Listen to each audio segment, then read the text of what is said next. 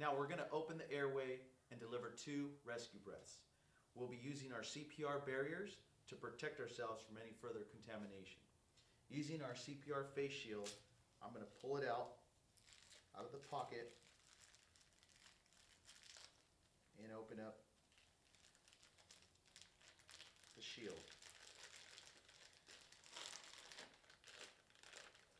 It's important to use the head tilt chin lift, using 2 fingers at the base of the chin, pinch the nose and palm, and tilt the head back. This opens up our airway and moves the tongue out of the way.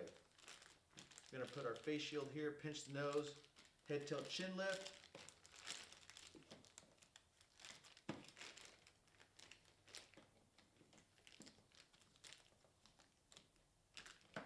Deliver our breath. We're going to look for good rise and fall in the chest area.